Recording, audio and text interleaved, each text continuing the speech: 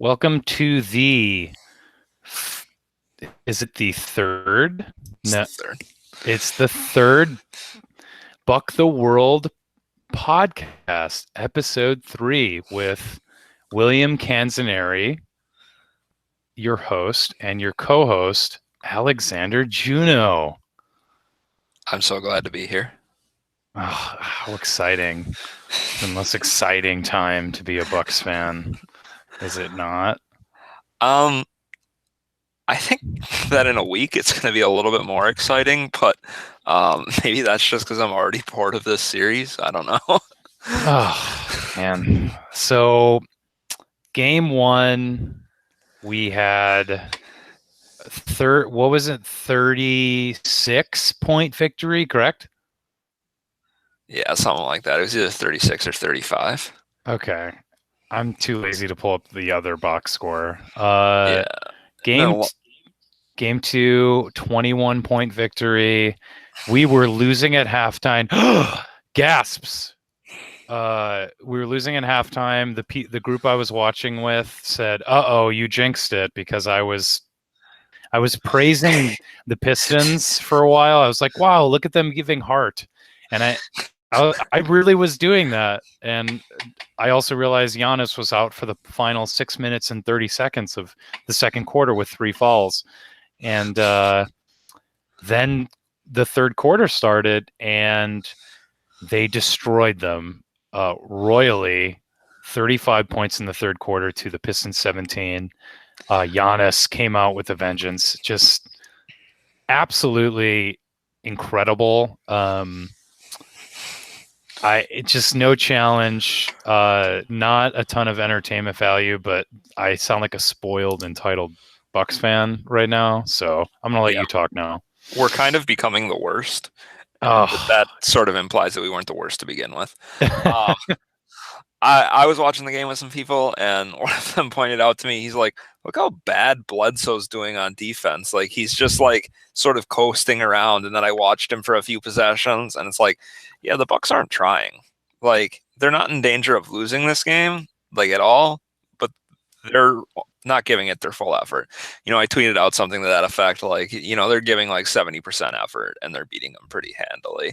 And like I guess that's starting to be my biggest concern is that the series is so non-competitive that it might be bad for the Bucks. I don't know. How are you feeling about the series?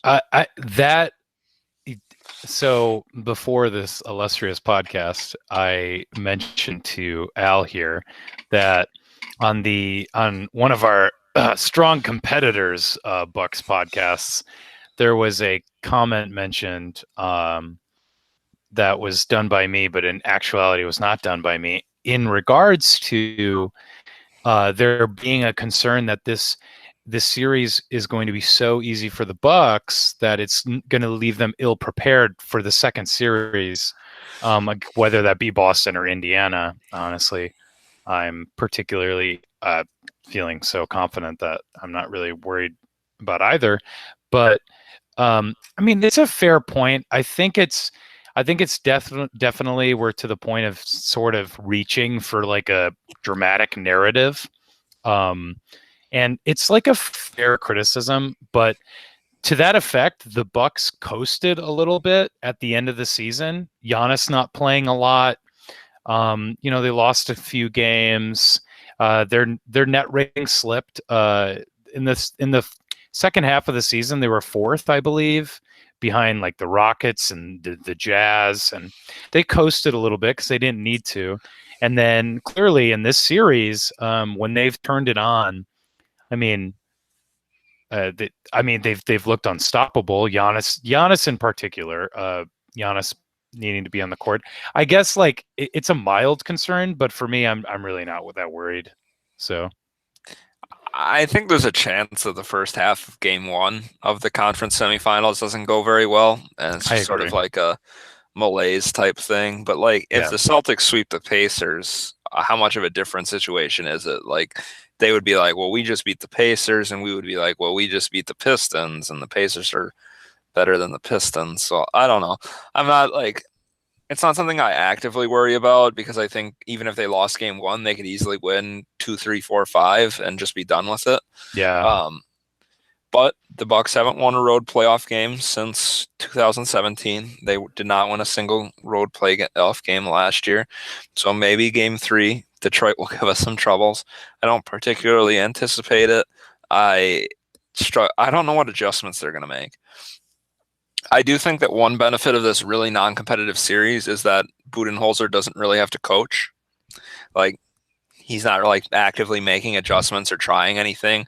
If he has 52 cards in his hand, he has not played any of them. So he has all of them left for the next round. Which is that's like a fun thought to think about, right? Like, yeah. Holy shit, he doesn't need to do anything.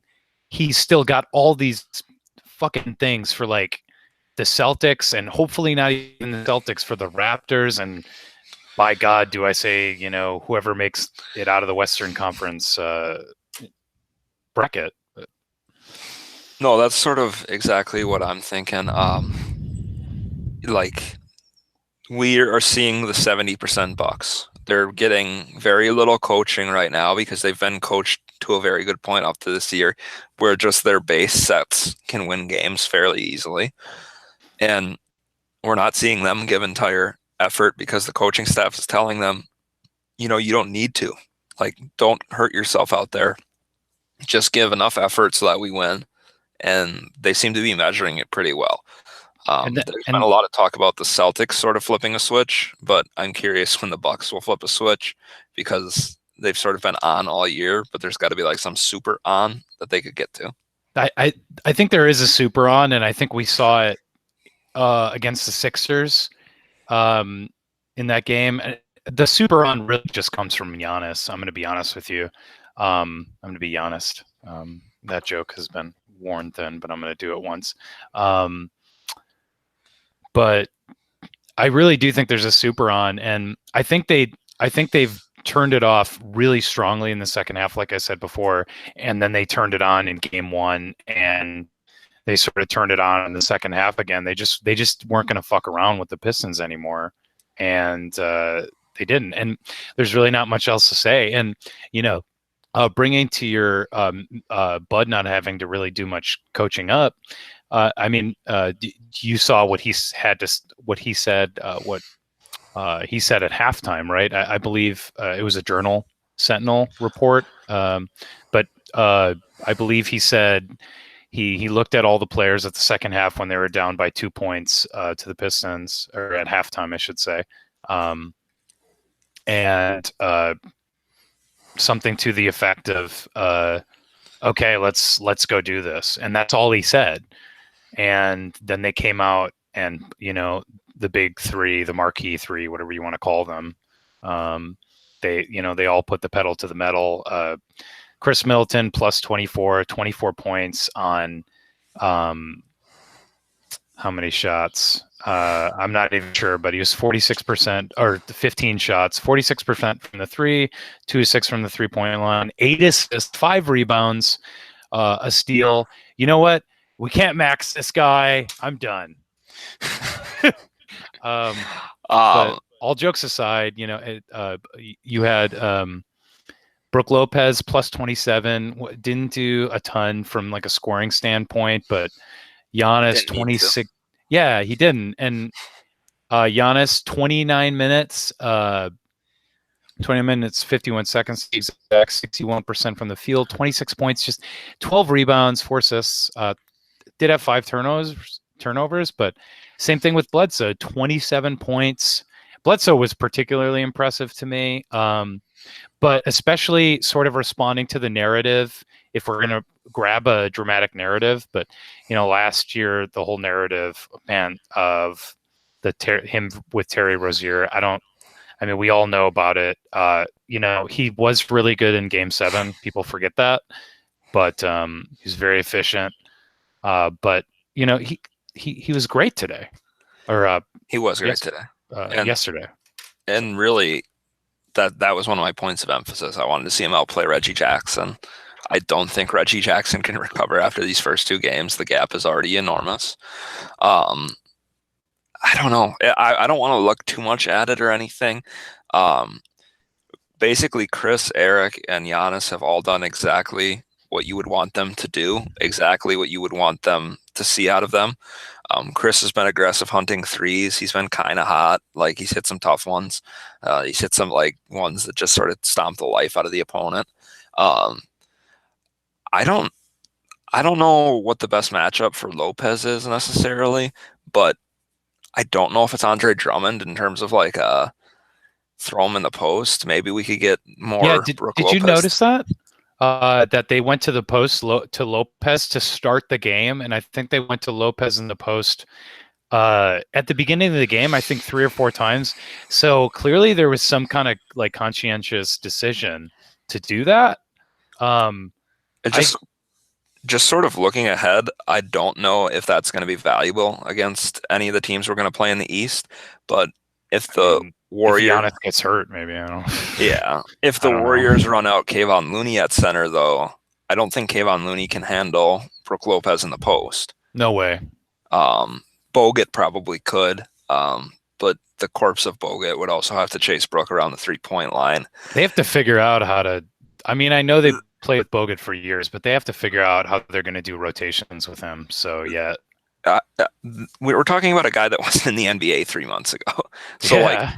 them losing Boogie might not seem like that big of a deal because they still have 2 other MVPs and 4 other All-Stars or whatever you want to say. But I think it's a bigger deal than people want to say. I want to see what the Warriors do in the Western Conference semifinals and the Western Conference finals, because if they continue to drop games and look vulnerable, it might not be the done deal that people have sort of joked that it might be, feared that it might be. Just because this Bucks team's really good, and even if the Bucks don't make it, this Raptors team is really good. This Celtics team is not really good, but the Raptors could give the Warriors some issues. Absolutely. Geez. I guess one of the only concern I have right now, and I think it's actually an interesting narrative that nobody's really brought up, is Nikola Mirotic. He's been awful. Yep. These 2 games. He wasn't that good with the Bucks before he got injured. He's sort of been working his way back from injury pretty consistently. He had some okay games, but like coming off the calf injury, I believe after we traded for him, right? Yeah. Correct me if I'm wrong on the calf injury, but injury nonetheless. I don't know. He's been plagued by injury issues for a little bit past couple years. It's not necessarily like he's tearing a ligament, but something's always dinged up. But he hasn't really. I mean, apart from a couple games here and there, he hasn't really contributed to the Bucks winning much. No. That trade was praised to all hell. I was a fan of it. All the respectable Bucks minds, but Bucks takers, whatever you want to call them, analysts, all loved it. But in reality, it's not really looking like a great trade for the Bucks. I mean, the jury's still out because I just want to toss one thing out there. I think that the value of it might just be that he's not anywhere else. Yeah, like the Philadelphia 76ers? Yeah, like if he was on Philly, like literally I was just arguing on Twitter all day today that if Philly had Jared Dudley, they'd be a much better team because they'd have one guy that could consistently space the floor. So if they had Nikola Mirotic, way better than Jared Dudley. Yeah. Not the team defender that Jared Dudley is, not the type of guy that Jared Dudley is in terms of locker room quality and stuff like that. But they could bring him off the bench for Tobias Harris and he could give him buckets. He can play some small forward, some small ball. He's basically Redick at power forward for them. Yeah. He really is. He's a chucker. He plays a lick more defense than JJ. I really don't think Mirotic is a terrible defender. I think he's had issues adjusting to the Bucks. I've seen him in the past. He's been a serviceable defender, if not Ersan. He's a little bit quicker than Ersan, I think. He doesn't draw any charges. No, he doesn't draw the charges. You're right. Someday we'll have to discuss how valuable drawing a charge is. I'll tell you I think it's a little more than a turnover. I'll tell you this: it's a very visual thing, and as we know, visual highlights in basketball can propel a player beyond like what you'd expect, and that's why a guy like Chris Middleton, who visually misses some shots, becomes the ire of Bucks Twitter casual members who are like, "Oh, won't pay him a max." Like, but Another example. One time I saw my teammate take a charge in a pickup game, and then I dunked it the next play because I was so excited. So oh yeah, take that for what it's worth. Alexander Juno, the dunker. Yeah. Only that one time. I could never do it otherwise, but because of that visual impact, I was able to just. You're able to just gain several inches on your vertical and dunk, right? Yes, that's how it works. But back to Mirotic, and yeah, I mean, I could have a discussion about charges all day, but when do we start to worry? Let's just boil it down to that. Like, when does he have to be taken out of the rotation? Do you give him game one into the Boston series, like if he sucks the next two? Or is it like you have the next two to figure it out? Otherwise, DJ is going to get a chance. I think that because we know, I mean, Ersan, hey, to back up, Ersan, by the way, despite getting criticism from me and others, since his injury has continued to play really well. Arguably, this season, he's justified that bad contract. I think it's a bad contract. But so, and Ersan is sort of the irrational love of Bud. We can see that. So he's not leaving the rotation, even if he like farts out a game here, which he hasn't yet, thankfully. But as for Mirotic, I think that he's probably going to be given a leash up until it matters. You know, if his minutes cost us like game one, or even if like they cost us like a 5-point lead in game one, something like that, where his stretch of play is so bad that, you know, we slip out of it. I mean, you have to pull the plug, right? I don't know. I think you could make the argument that we can't win a title without him. Like if the Warriors are all the way on, that we need him at his max, and that his max is more impactful than DJ's. But I don't know if I'd believe that argument. I just think you could make it. I mean, we've seen a few games where Mirotic, his quick trigger was unbelievable, and his transition threes just such a quick release, so dangerous. Like they did change the flow of a game and let it lend itself to the Bucks. I can't recall the specific game, but I mean, in theory, which we've been saying since we traded for him, he is a huge impact player, but he hasn't had the impact on the Bucks. And right now, it's looking like a bad trade. 4 second-round draft picks. 2 of them kind of suck. The Wizards ones are good, but the other, yeah, one of them is going to be the 58th overall pick, or this. No, isn't it the Bucks this year or next year or something like that? Like it's really bad. And the others is the Nuggets that doesn't actually convey. Which that was the top 55 from the Nuggets for the Hibbert trade, right? You know what? That might actually convey. The Nuggets might have been bottom 5. Yeah, because they're good enough. Yeah. So okay, they got 2 picks in the last 5 of the draft. They can draft 2 Isaiah Thomases. Yeah. A bunch of Malcolm Brogdons. Malcolm Brogdon was the 36th overall pick. I'm just saying, like, there's a huge difference between the 30 to 45 and the 45 to 50, or 45 to 60, I should say. Is that? I know you're more of the draft expert for me. Is that what the data says at this point? It is what the data says, but also Sterling Brown did go 46th, so maybe that's worth noting. Hey, Sterling Brown was -1 yesterday. He was pretty bad. He had a pretty bad game. Think so? Yeah. I think so. He was really good in game 1, though. He was really good. I just think he left a little bit to be desired defensively yesterday. So, do you feel like he's like lowered his intensity from last year? I feel like he was a following machine last year, and Bud maybe told him to rein it in. But I think his wing play is much more structured and better. I think he's better this year. I just was asking if you feel like he's less intense than last year. Absolutely. Yeah. I would agree. Yeah, because I he used to be mean, like this guy where you would think that he was going to get into a fight. Like he was really yeah, intense. He was like sort of Marcus Smart, Marcus Morris type. yeah, Um, Sterling motherfucking Brown, dude. Like, maybe the Walgreens incident chilled him out. Maybe he was like, yeah, it's not oh that God, serious. I don't want to talk about that. That I don't know. I'm just saying, like that's a major life event that could have changed him. It's I just feel like there's a noticeable shift in his personality from last season to this season.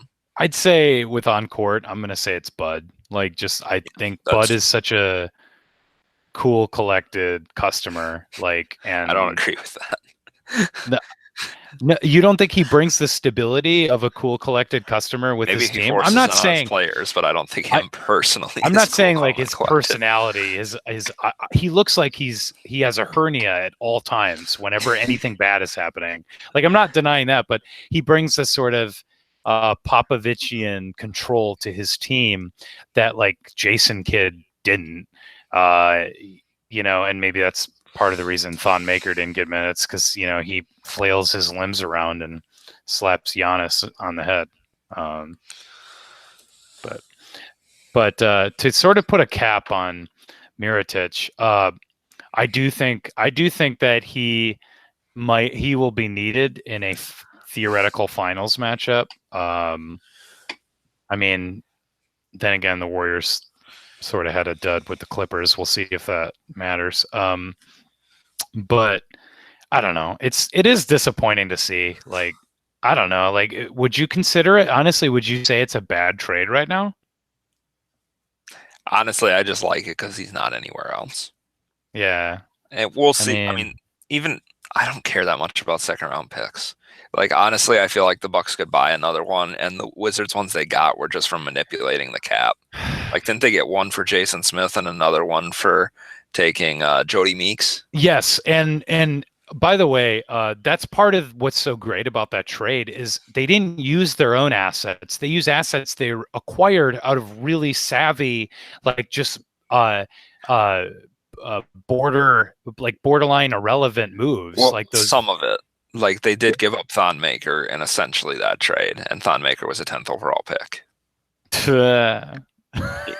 He was 2 or 3 hilarious. years removed from that. Like that's a ton of lost value. Not like Yeah, turning that he into didn't. 3 months of I Nikola Mirotic. Yeah, the horse didn't make that draft pick though, so we can't really Well, blame we him can't for hold that. it against him. I'm just saying the Bucks Yeah. did make that draft pick. Yeah, no, you're right. You're right. I posted on Twitter recently: is Von Maker the worst Hammond draft pick outside of Jason Alexander relative to value Joe at the tenth? Alexander.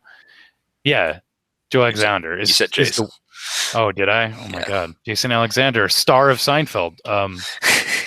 That's where my head's at. But Joe Alexander, yeah, I'd say Thon's the second worst pick in his tenure. Just because he was a lottery pick and so high. I mean, but Well, like all of his picks were lottery picks. Um, yeah, I guess they made the 8th seed a couple of times, but they were all 15. Like, what was the lowest pick John Hammond had? 17? yeah, that was Vaughn, I think. Yeah. Yeah. The Bucks have had 3 of the last 4 17th overall picks. Yeah. DJ Wilson, Rashad Vaughn, who else? Dante DiVincenzo. Oh yeah, I forgot about Dante.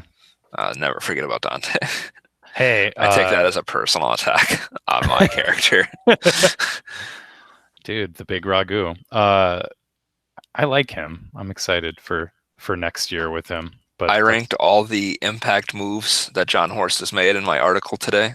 Dante DiVincenzo. I didn't see your article today, Al. Dante DiVincenzo was the 3rd worst move, but I described it as the exact break-even point for the spectrum.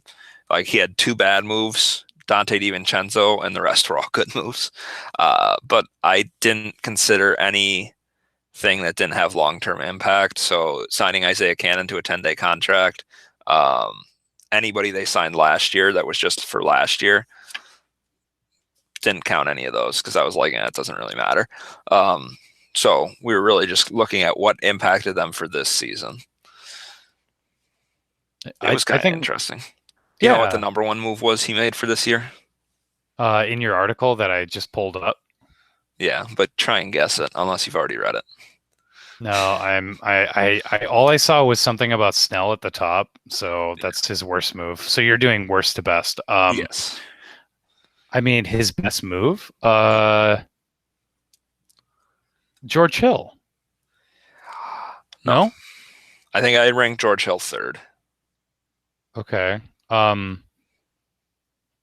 don't know then. I figured it'd be George Hill. He's been fantastic lately, Yeah, at that's a least. great move. Um, who is it? What's the move? His best move, in my opinion, was firing Jason Kidd and replacing him with Mike Budenholzer. Oh yeah, I forgot that counts. Yeah. Just because he's the GM and he hires the coach. So the fact that he was able to get like a former coach of the year in here and what Mike Budenholzer's been able to do for this team.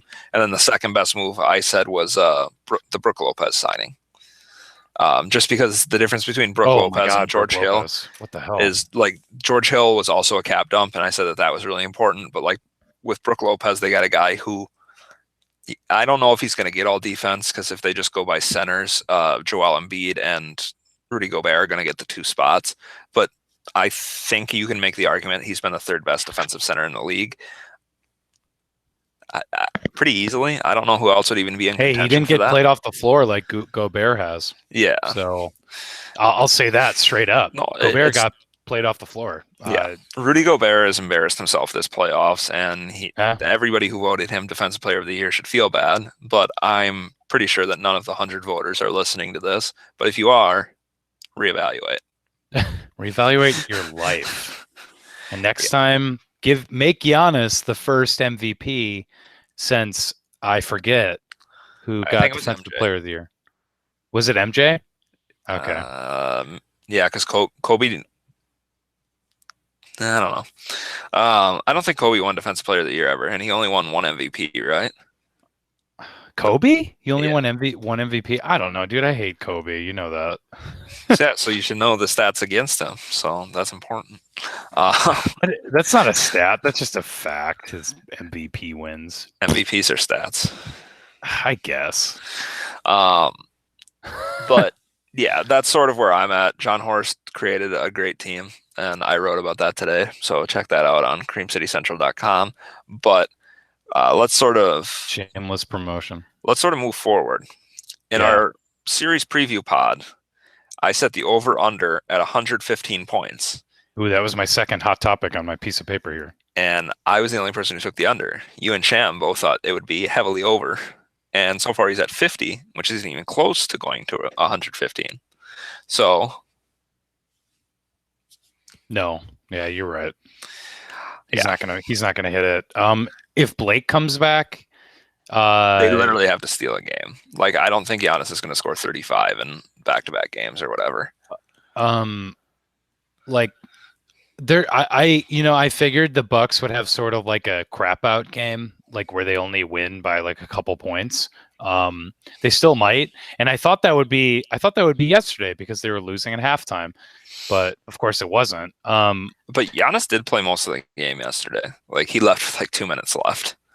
Yeah, I mean, in the foul trouble and stuff, but he did only play 29 minutes though. Like, that's still incredible for playoffs. Like, that's wild.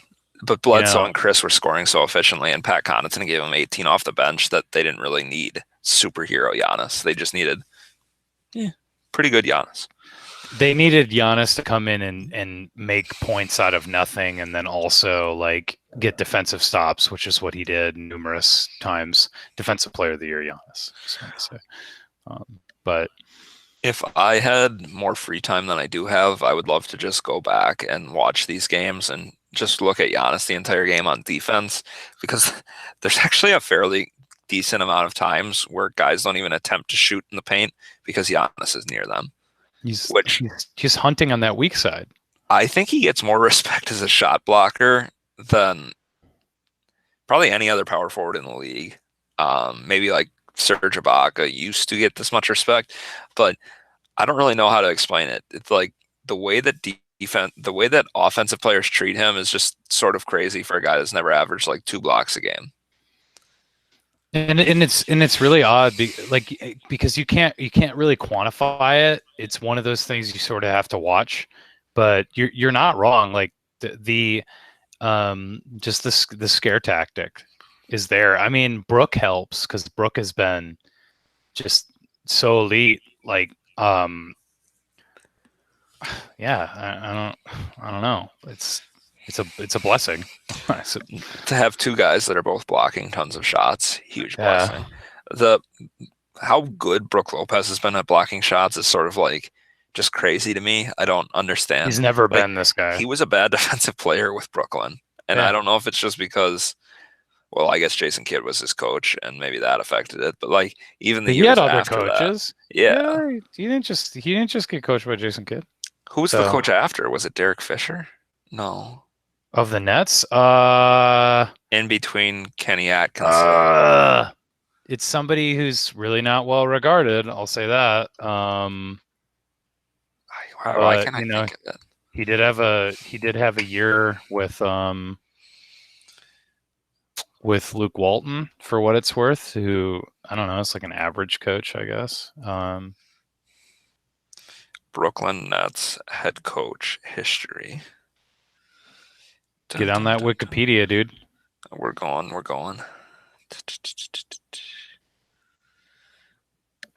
Ooh, it's not going well. We got to fill some time. Yeah, we Players and coaches. Oof. Sure, people don't want to listen to us browse Wikipedia, but like while you do that, I mean, I don't know. Brook is such a success story. It really makes you wonder what his offseason value is going to be. Like he's still a center, so like I guess his value is going to be a little bit lower because he's not like a Joel Embiid. But I mean, dude, and he's older and has an injury history. But Jesus, dude, I don't know. Like he's like I don't know. Like Gobert is, he's like, to me, he's as valuable as Gobert to this team because he's the ultimate spacer for the team. They don't have a spacer like Brook. It was Lionel Hollins. I finally found it. It was Lionel Hollins. Okay. What Brook does for them is, you're exactly right. The fact that you're drawing out the center is the most important person to get out of the paint. Like, yeah. Cool, you got the shooting guard out of the paint. Yeah, the 6'5" guy wasn't blocking Giannis either way. But to get the center out of the paint, that's the guy who's deterring the most shots. And, like, I don't care what you, like, and I think that's more so than what the center's able to do guarding Giannis. I think it's very important that the center is guarding, like, you can at least play off Giannis. You can't play off Brook. So by switching the center on to Giannis, even if it doesn't go as well with Giannis, you at least have a chance to deter other people's shots at the rim. I don't know. Yeah, I mean, Brook has so much value to the team, and I don't know what they do without him. To be honest with you, we might see it next year. So, oh no. I would be curious what the team looks like if everybody's back besides Brook. Like if Malcolm Brogdon and Chris Middleton are back, but they have some different center.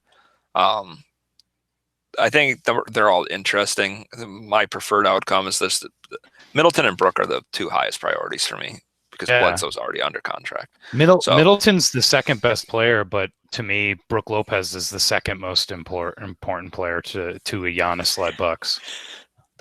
I really feel that way. I don't agree with that. I think Chris Middleton's the second most important. Without Chris Middleton's playmaking, I just think they're a lot worse team. I mean, that's fine. I mean, Chris Middleton's playmaking, as evidenced by the 8 assists he had in the last game, like it's so invaluable. But I don't know. I know that I think there's like a random on-off stat that Giannis sometimes does better without Brook. I don't know what that says, but I would have to take a look at that data again. But I don't know. Brook being A, out of the paint, B, bombing threes from 35 feet, C, doing it at a reasonably high efficiency. Because I am the volume over efficiency camp when it comes to 3-point percentage, big time, or 3-point attempts. So I mean, when you have a point guard like Eric Bledsoe, who's not really a spacer, I think he's like adequate. Then you have a shooting guard like Malcolm Brogdon, who's not adequate to me at all because his lack of volume and his like very sporadic shooting. He's very opportunistic, which is good for points. But in terms of like team flow, I don't know how well it leads to that. But and then Middleton is sort of, we want him to be the chucker, but I don't think that that's his game, and I think he has made that evident. So you need Brook, and you don't really even have that off the bench. Mirotic is that guy off the bench right now. Yeah, I mean, but he also isn't. So I feel like you kind of understate how good of a shooter like Malcolm Brogdon and Chris Middleton are. Like, I know that the volume isn't like entirely there, but you can't play off them. Oh, I know. I love watching guys like this is an opinion, but I love watching guys like Wayne Ellington and for sure, and JJ Redick. That's who I want at shooting guard. That's what I want next to Giannis because Giannis needs that. I think it makes him better. And we don't. Brook is the closest thing to that. He's not coming off screens, but he's chucking from a ridiculous distance. So I just want that guy that isn't a defensive liability. Yeah, and so does Bud. It's very evident in the way like Bud has pursued guys. Like he went back to Tim Frazier rather than going to Kanan. Kanan is terrible on defense, but he's a much better shooter than Tim Frazier. Whether or not you want to say offense, though, the way Tim Frazier can, no. Yeah, I say Kanan's really bad. Yeah, he can shoot though, but he can chuck. He can chuck. And some people would say that's something they'd rather have. So, for me, I mean, hot take here, but I wouldn't mind paying Brogdon's salary to like Redick for 1 year, even though there'd be a bit of a defensive slip. Brogdon's the weakest defender out of the starting five. So, but I'm sort of a Malcolm Brogdon, not I like he's fantastic, but he's not like somebody I love. So I tweeted that the Bucks won't miss a beat after Malcolm Brogdon got injured, and somebody said that was the dumbest take they had ever heard. That doesn't surprise me. Like the same people that love Malcolm Brogdon tend to hate Middleton. So like, I think it's this Tony Bennett thing. I think because he's from Virginia, they think he's really like a good player, like very good fundamentals. I think he appeals. Justin Anderson would state otherwise. So I think Bucks fans would really like Justin Anderson. I don't.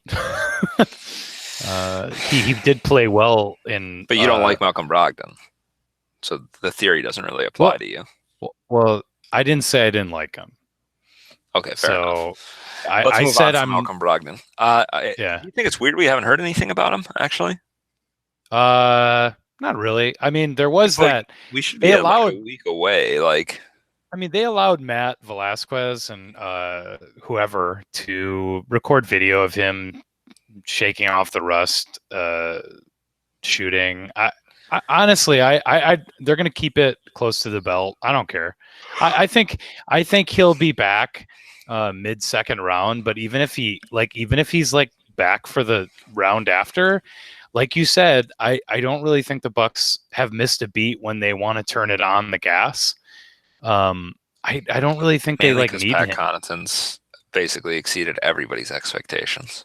Yeah, Al. I will say that, Al, after our Twitter argument over Pat, of which I am so passionate about. I'm best not that value. I mean, about it. I just don't care that much. Larry Sanders is making more money than Pat Connaughton right now, so just want to state that this year. I don't think that's true. There's no way that's true. All right. Challenge me. Check Basketball Insiders. I'm pretty sure that's true. Now. All right. While you do that, I'll fill the airtime. But yeah, Larry Sanders makes 1 point. Oh, that is right, true. Right? I thought the veteran minimum was higher than that. He only makes 1.64. That's really low. I guess that's because he's only on the 4th year veteran minimum rather than like the 10th year. Because like, it's his 4th year in the league. Yeah, but yeah, that's wild to me.